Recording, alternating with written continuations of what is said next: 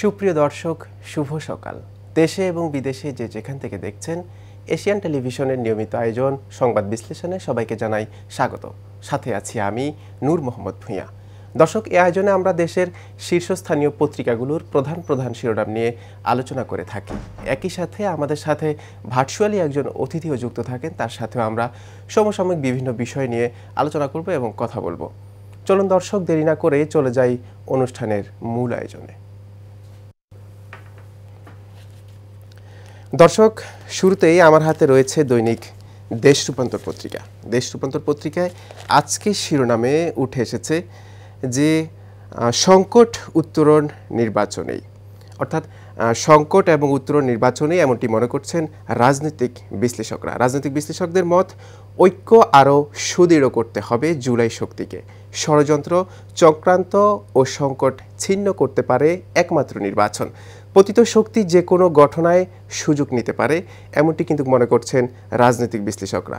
অর্থাৎ রাজনৈতিক বিশ্লেষকদের মত হচ্ছে যে জুলাই ঐক্য যদি ধরে রাখতে হয়, তাহলে প্রত্যেকটি রাজনৈতিক দলকেই একই ছায়ার নিচে আসতে হবে এবং কি তাদেরকে ঐক্যের মধ্যে থাকতে হবে। তাহলে জুলাই ঐক্য এবং প্রত্যেকটি রাজনৈতিক দলের ঐক্য গঠন করা সম্ভব, এমনটি কিন্তু মনে করছেন রাজনৈতিক বিশ্লেষকরা। পাশে রয়েছে একদিনে ঝরে গেল আরও 2 ফুল। অর্থাৎ দর্শক, যে মাইলস্টোন কলেজে যে দুর্ঘটনাটি ঘটেছে, তাতে আরও 2 জন শিশুর গতকালকে মৃত্যু হয়েছে। গতকাল পর্যন্ত মারা গেছে 36 জন। 4 হাসপাতালে এখনও ভর্তি রয়েছে 50 জনের মতো। আইসিইউর সামনে স্বজনদের আহাজারি। পাশে একটি চিত্র উঠে এসেছে, যেখানে যে স্বজনরা আহাজারি করছেন তার একটি চিত্র কিন্তু এখানে উঠে এসেছে। চিরনিদ্রায় শায়িত রাইসা ও মাহিয়া। অর্থাৎ গত পরশু কিন্তু রাইসা এবং মাহিয়া মারা গিয়েছে, তাদেরকে দাফন সম্পূর্ণ হয়েছে, এমনটি কিন্তু এখানে শিরোনামে উঠে এসেছে। দর্শক, পাশে রয়েছে সাবেক এমপি আনা গাড়ি বিক্রির নতুন সিদ্ধান্ত। এমপিদের যেই গাড়ি নিয়ে আসা হয়েছে, তাদের সেই গাড়িগুলো কিন্তু বিক্রির ক্ষেত্রে নতুন একটি সিদ্ধান্ত করেছে জনপ্রশাসন মন্ত্রণালয়। গুজবে ভয়াবহ বিপর্যয়ের শঙ্কা। এদিকে একটি শিরোনাম যে গুজবে ভয়াবহ বিপর্যয়ের শঙ্কা। গুজবের কারণে ব্যাহত হচ্ছে মামলা তদন্তের কার্যক্রম। গুজবের কারণে আসল ঘটনাও বিশ্বাস করছেন না অনেকেই। অর্থাৎ দর্শক, আমাদের দেশে কিন্তু যে কোনো ঘটনা যখন ঘটে, তার বেশিরভাগই সামাজিক যোগাযোগ মাধ্যমে ছড়িয়ে পড়ে এবং সেখানে নানান ধরনের গুজব সৃষ্টি হয়, যার ফলে কিন্তু যে আইনি প্রক্রিয়াগুলো নিতে কিন্তু অনেক ধরনের সমস্যার মধ্যে পড়তে হয়। সেই শিরোনামটি কিন্তু এখানে উঠে এসেছে, গুজবে ভয়াবহ বিপর্যয়ের শঙ্কা। পাশে রয়েছে এখানে পাশে আরেকটি শিরোনাম উঠে এসেছে, মানবাধিকার লঙ্ঘিত হয়েছে গোপালগঞ্জে, আশোকের প্রতিবেদন। আশোকের প্রতিবেদনে উঠেছে যে গোপালগঞ্জে যে ঘটনাটি ঘটেছে, যে হামলাটি ঘটেছে, সেটি তারা বলছেন যে এটি একটি মানবাধিকার লঙ্ঘন করা হয়েছে। ইসি যে কোনো সময়ে ভোটের তালিকা করতে পারবে, এমনটি বলেছে। নতুন অধ্যাদেশ জারি। একটি অধ্যাদেশ জারি হয়েছে দেশের মধ্যে, যে নির্বাচন কমিশন সিইসি চাইলেই যে কোনো মুহূর্তেই ভোটার তালিকা করতে পারবেন। পাশে রয়েছে বিএসএফের গুলিতে নিহত 2 বাংলাদেশি। সীমান্তে ফেনী সীমান্তে কিন্তু বিএসএফের গুলিতে আরও 2 বাংলাদেশির মৃত্যু হয়েছে। এক বাংলাদেশির মরদেহ এখনও ত্রিপুরায় রয়েছে, তা আনার জন্য চেষ্টা করছে বাংলাদেশ বিজিবি। বছরে জলবায়ুজনিত অর্থনৈতিক ক্ষতি $2.3 ট্রিলিয়ন। পাশে রয়েছে একটি গ্রহণযোগ্য নির্বাচন দিতে চাই, এমনটি জানিয়েছেন নির্বাচন কমিশনার। দর্শক, এই ছিল আমার হাতে দৈনিক দেশ রূপান্তর পত্রিকার আজকের প্রধান শিরোনামগুলো। দর্শক, এখন চলে যাচ্ছি দৈনিক সময়ের আলো পত্রিকায়। সময়ের আলো পত্রিকায় আজকের শিরোনামে উঠেছে হাইব্রিডের চাপে ত্যাগীরা। বিগত 17 বছরের সংগ্রামে যাদের পাওয়া যায়নি তাদের বিএনপিতে দায়িত্ব দেওয়া হচ্ছে, এমনটি কিন্তু বিএনপির নেতাকর্মীদের অভিযোগ। তারা বলছেন বিএনপির অপকর্মধারীদের মধ্যে নতুনদের সংখ্যাই কিন্তু বেশি। নির্বাচনের আগে ধানের শীষে বড় দাবিদার হয়ে উঠবেন তারা। এদিকে বলছেন ৩,৫০০-এর মতো নেতাকর্মীর বিরুদ্ধে সাংগঠনিক ব্যবস্থা। বিএনপি কেন্দ্রীয় নেতারা বলছেন আন্দোলন চলাকালে তারা অসুস্থতার কথা বলতো, এখন সবাই কিন্তু সুস্থ, এমনটি জানিয়েছেন বিএনপির ঢাকা দক্ষিণ বিএনপির যুগ্ম আহ্বায়ক আনাম সাইফুল হক। ৫ আগস্টের পর ফাঁক ফোকর দিয়েই অনেকেই আমাদের দলে বেড়েছে, এমনটি জানিয়েছেন বিএনপি স্থায়ী কমিটির সদস্য ইকবাল হাসান মাহমুদ টুকু। দর্শক, অর্থাৎ বিএনপির কেন্দ্রীয় নেতাদের অভিযোগ এবং বেশ নেতাকর্মীদের অভিযোগ যে ৫ আগস্টের আগে যাদেরকে পাওয়া যায়নি তারাই কিন্তু এখন দলের মধ্যে ভিড়েছে এবং তারাই বিভিন্ন সুযোগ সুবিধা নিচ্ছে এবং তারাই বিভিন্ন চাঁদাবাজির সাথে জড়িত হয়ে গেছে, যার ফলে বিএনপির দুর্নামও ছড়িয়ে পড়ছে, এমনটি কিন্তু এই শিরোনামে উঠে এসেছে এবং এটি ছিল সময়ের আলো পত্রিকার একটি বিশেষ প্রতিবেদন। সিলেটে পদযাত্রায় নাহিদ ৩ আগস্ট জুলাই সনদের জন্য শহীদ মিনারে অবস্থান নেবেও, এমনটি জানিয়েছেন সিলেটের পদযাত্রা শেষে নাহিদ ইসলাম। নাহিদ ইসলাম বলেন যে এনসিপির আহ্বায়ক নাহিদ ইসলাম বলেন, জনগণের সংবিধানের জন্য আমরা রাজপথে নেমেছি, নতুন এই সংবিধান জনগণের অধিকারের কথা থাকবে। আগামী ৩ আগস্ট জুলাই সনদ এবং জুলাই ঘোষণাপত্রের জন্য শহীদ মিনারে এনসিপি জড়ো হবেন, এমনটি কিন্তু তিনি সিলেট পদযাত্রায় বলেছেন। পাশে আরেকটি শিরোনাম উঠে এসেছে যেখানে দেওয়া আছে ঝরে গেল আরও 2 ফুল। মাইলস্টোন ট্র্যাজেডি, 4 হাসপাতালে এখনও ভর্তি 50 জন, 5 জনের অবস্থা সংকটাপন্ন। অর্থাৎ দর্শক, রাজধানী মাইলস্টোন কলেজে যে বিমানের দুর্ঘটনা ঘটেছে সেই দুর্ঘটনায় এখন পর্যন্ত প্রায় 50 জনের মৃত্যু হয়েছে এবং হাসপাতালে এখনও অর্ধশতাধিক ভর্তি রয়েছে, যাদের মধ্যে গতকালকে কিন্তু বার্ন ইউনিটে ব্রিফিংয়ে বলেছিল যে 5 জনের অবস্থা খুবই আশঙ্কাজনক এবং আরও আশঙ্কাজনক অবস্থায় রয়েছে 10 জন। স্কুলে যাওয়ার সময় বলছিল মা লাভ ইউ, হৃদয়বানক একটি প্রতিবেদন এখানে উঠে এসেছে।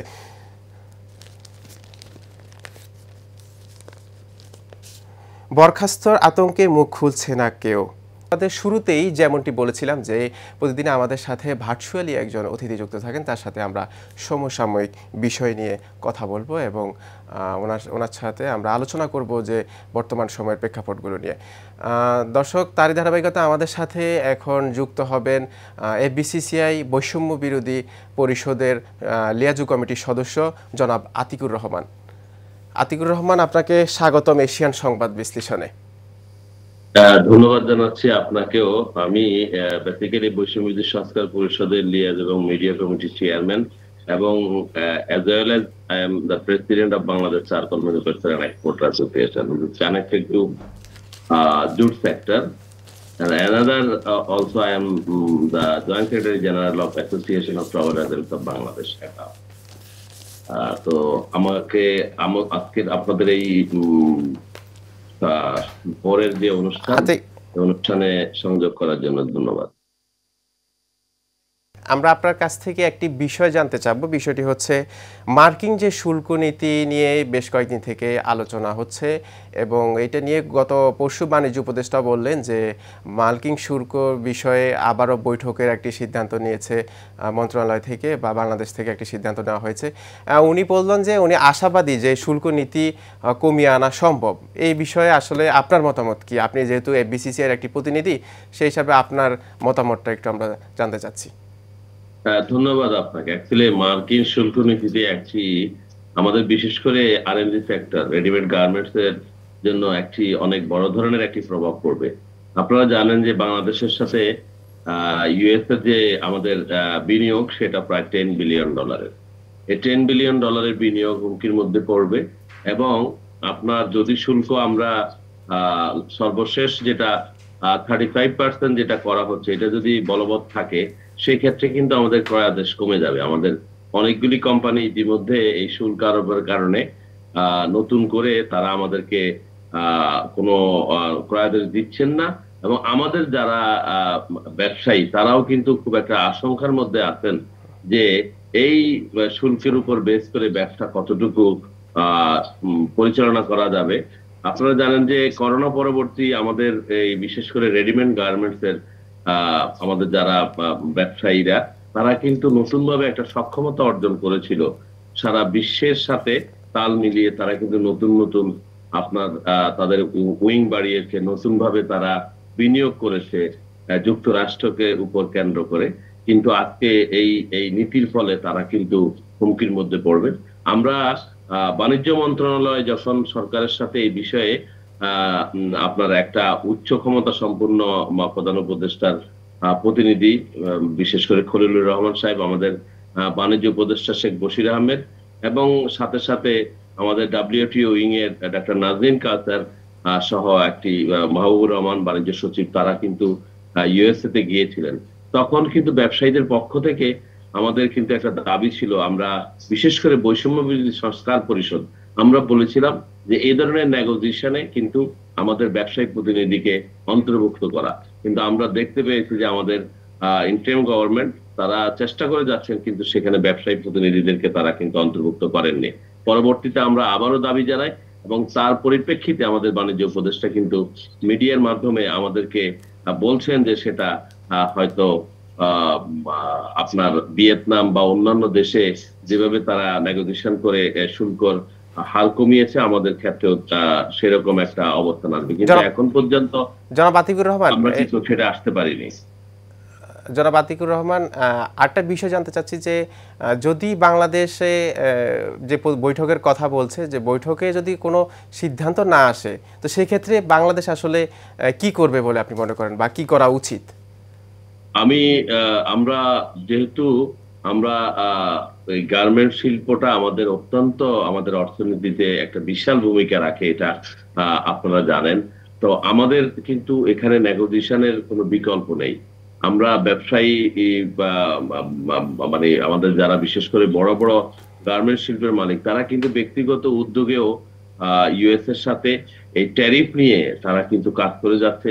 ফেডারেশন থেকে আমাদের যেই অবস্থান, সেখানেও আমরা বারবার আমরা অবহিত করার চেষ্টা করছি যে এটাকে একটা নেগোসিয়েশন পর্যায়ে নিয়ে আসা। যদি আমরা কোনো কারণে এই নেগোসিয়েশনে আমরা শুল্ক কমাতে না পারি, সেক্ষেত্রে কিন্তু ব্যবসা কিন্তু একটা বিশাল সমস্যার আমরা সম্মুখীন হব, এবং আমরা সেটা আশঙ্কা করছি যে সেটা 25% আমাদের আপনার এক্সপোর্ট আপনার কমে যাবে। 25% যদি এক্সপোর্ট কমে যায়, তাহলে কিন্তু আমাদের জাতীয় অর্থনীতিতে একটা প্রভাব পড়বে, এবং তার সাথে সাথে যখন মার্কিন যুক্তরাষ্ট্র শুল্ক বৃদ্ধি পাবে, আমাদের আরেকটি বড় দেশ ইউরোপীয় ইউনিয়ন, আমরা আশঙ্কা করছি যে সেদিকে আবার যদি নতুন ভাবে মরার উপর খড়ার গার মতো করে যদি আবার ইউরোপীয় ইউনিয়ন থেকে এ ধরনের একটা মানে আপনার শুল্ক আমাদের উপর আরোপ করা হয়, সেই ক্ষেত্রে কিন্তু আমরা মানে দারুণ ভাবে আমাদের ব্যবসায়ীরা ক্ষতিগ্রস্ত হবে, এবং শিল্পের মধ্যে একটা বিরূপ প্রভাব পড়বে, কর্মসংস্থানেরও কিন্তু সেক্ষেত্রে একটা প্রভাব পড়তে পারে। তো আমি আপনার মাধ্যমে আমি আমাদের বাণিজ্য মন্ত্রণালয় থেকে শুরু করে কানেক্টেড সকল মন্ত্রণালয়কে আমরা অনুরোধ জানাবো যে আমাদের হাতে কিন্তু সময় একদমই কম। 1 তারিখ থেকেই কিন্তু শুল্ক, আগস্টের 1 তারিখ থেকে সেটা বলবৎ হওয়ার কথা। তো আমার বিশ্বাস যে এই মিটিংটি হওয়ার কথা, ভার্চুয়াল একটা মিটিং গত সপ্তাহে হয়ে গিয়েছে, আরেকটি মিটিং হওয়ার কথা, সেই মিটিং এ হয়তোবা আমরা একটা আশার আলো দেখতে পাবো। আর যদি সেক্ষেত্রে না হয়, তাহলে কিন্তু আমাদের বিকল্প খুঁজে নিতে হবে। বিকল্প খুঁজে না নিলে আমাদের এই শিল্পটি ক্ষতিগ্রস্ত। ধন্যবাদ আপনাকে আতিকুর রহমান। আপনি যেমনটি বলেছেন যে যদি এই বৈঠকে কোনো সিদ্ধান্ত না আসে, তাহলে নতুন করে সমস্যায় পড়তে পারে বাংলাদেশ। আতিকুর রহমান, অসংখ্য ধন্যবাদ আপনাকে। দর্শক, এতক্ষণ পর্যন্ত আমাদের সাথে যুক্ত ছিলেন যুক্তরাষ্ট্রের শুল্ক নীতি নিয়ে কথা বলেছেন বৈষম্য FBCCI সংস্কার পরিষদের সদস্য জনাব আতিকুর রহমান। তিনি বলেছেন যে যদি বৈঠকে কোনো সিদ্ধান্ত না আসতে পারে বাংলাদেশ শুল্ক নীতিতে, তাহলে ব্যবসায়ী ক্ষেত্রে বিশাল লস আসতে পারে বলে তিনি মনে করছেন। দর্শক, এখন আপনাকে চলে যাব আরেকটি পত্রিকায়, যেখানে শিরোনামগুলো কি উঠেছে সেগুলো আপনাদেরকে জানিয়ে দেব। দৈনিক নয়া দিগন্ত পত্রিকা। দৈনিক নয়া দিগন্ত পত্রিকা আজকে শিরোনামে উঠে এসেছে 12ই ফেব্রুয়ারি নির্বাচনের টার্গেটে এগোচ্ছে সরকার।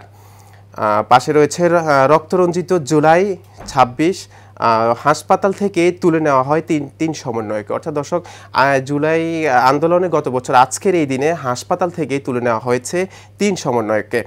পাশে রয়েছে ঢাকার আকাশে যুদ্ধ বিমান, শহরের ঘাঁটি ও বিমানবন্দরে থাকার ঝুঁকি। অর্থাৎ দর্শক, এই মাইলস্টোন ট্র্যাজেডির পর থেকেই বিশ্লেষকরা মনে করছেন, নগরবিদরা মনে করছেন যে ঢাকার আকাশে যুদ্ধ বিমান, শহরের ঘাঁটি ও বিমান এই জায়গায় থাকাটা কিন্তু খুবই ঝুঁকির বিষয়। ফেনী সীমান্তে ২ বাংলাদেশিকে হত্যা করেছে বিএসএফ। চাঁপাইনবাবগঞ্জ সীমান্তে যুবক গুলিবিদ্ধ। পাশে রয়েছে পাইলট তৌকিরের বাসায় বিএনপির প্রতিনিধি দল। এদিকে রয়েছে উষ্ণায়ন ও জলবায়ু পরিবর্তনে বাংলাদেশে সংকট বাড়ছে। ভারী হচ্ছে লাশের ভোজা, আরও 2 শিশুর মৃত্যু। ইনসাফ ভিত্তিক সমাজ বিনির্মাণে সবাই সহযোগিতা চাই বললেন ডক্টর শফিকুর রহমান, জামায়াত ইসলামের আমির। গাজায় যুদ্ধবিরতির আলোচনায় আবারও অচল অবস্থা। চট্টগ্রাম ঢাকা তেল পাইপলাইনে এই মাসে শুরু হতে পারে বাণিজ্যিক কার্যক্রম। ঢাকার সমাবেশ থেকে জুলাই সনদ আদায় করা হবে বললেন নাহিদ ইসলাম। দর্শক, এই ছিল দৈনিক নয়াদিগন্ত পত্রিকার আজকের প্রধান শিরোনামগুলো। চলে যাচ্ছি আরও একটি পত্রিকায়। দর্শক, এই মুহূর্তে আমার হাতে রয়েছে দৈনিক জনকণ্ঠ পত্রিকা।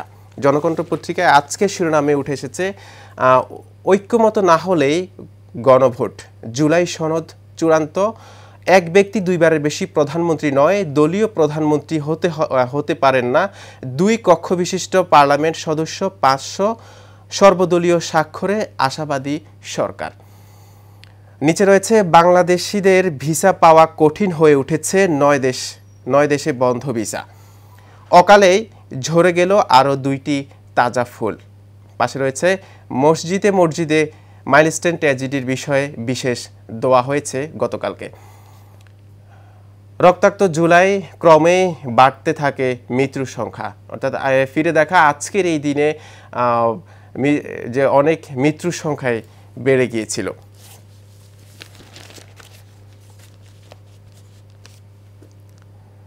জলবায়ু ক্ষতিপূরণ আদায়ে আইনি পদক্ষেপ নিতে পারবে বাংলাদেশ, আইসিজিতে ঐতিহাসিক রায়। জামায়াতের দল নিয়ন্ত্রণ করছে, দেশও চালাতে পারবে, এমনটি জানিয়েছেন জামায়াত ইসলামের আমির ডক্টর শফিকুর রহমান।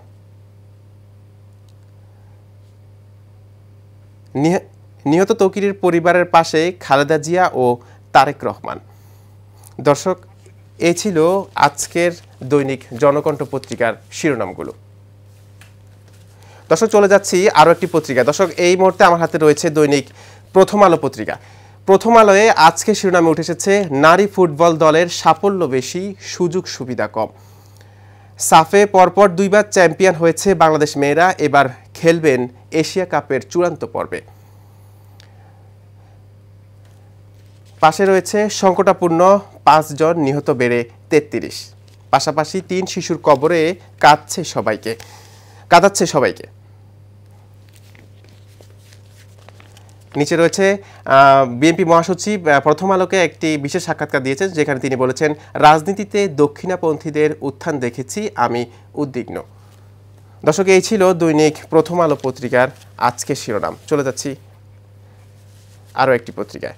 দর্শক, এই মুহূর্তে আমার হাতে রয়েছে দৈনিক যুগান্তর পত্রিকায়। যুগান্তর পত্রিকায় আজকের শিরোনামে উঠে এসেছে মশা নিয়ন্ত্রণে সরকার এখনো ব্যর্থ, ডেঙ্গু এই বছরে মৃত্যু 40, আক্রান্ত 17,000।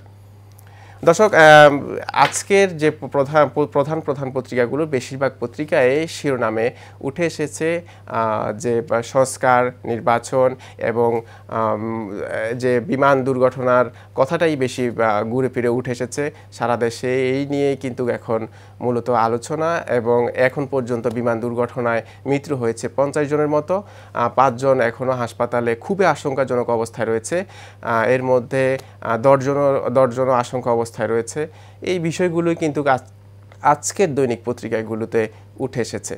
দর্শক, এশিয়ান সংবাদ বিশ্লেষণে আজ এ পর্যন্তই। আগামীকালও ঠিক একই সময়ে আবারও দেখা হবে। ততক্ষণ পর্যন্ত ভালো থাকুন, সুস্থ থাকুন, এশিয়ান টেলিভিশনের সাথে থাকুন। আল্লাহ হাফেজ।